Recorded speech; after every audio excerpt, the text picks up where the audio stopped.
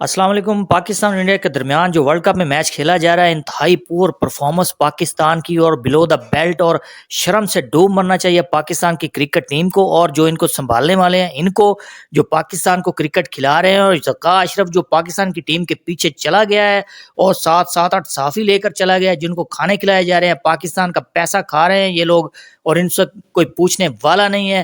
اور پاکستان کی کرکٹ کا اللہ حافظ ہو چکا ہے۔ یہ ٹیم کے ساتھ جو کر رہے ہیں یہ بہت ہی برا کر رہے ہیں، ان کے ساتھ بھی میرے خیال میں ایسا ہی ہونا چاہیے، کیونکہ کوئی ان کو پوچھنے والا نہیں ہے۔ خدا کے لیے پاکستان کی کرکٹ کو سنبھال لیں، اور عوام کی خوشیاں جو اس سے جڑی ہوئی ہیں، صرف ایک ہی گیم رہ گیا کرکٹ کا، اور وہ بھی پاکستان سے خوشیاں چھینی جا رہی ہیں۔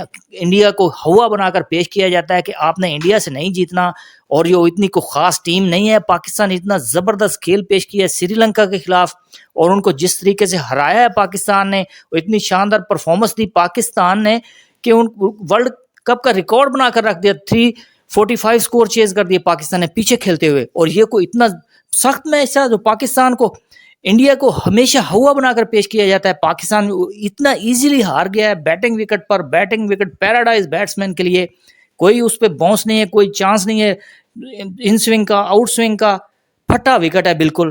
اور پاکستان کی بیٹنگ اتنی شیمفل پرفارمنس، 191 پر آل آؤٹ ڈھیر ہو گئی ہے پاکستان کی ٹیم۔ یہ سوچنا پڑے گا کرکٹ کے حلقوں کو، اور کرکٹ کو سنبھالنا پڑے گا۔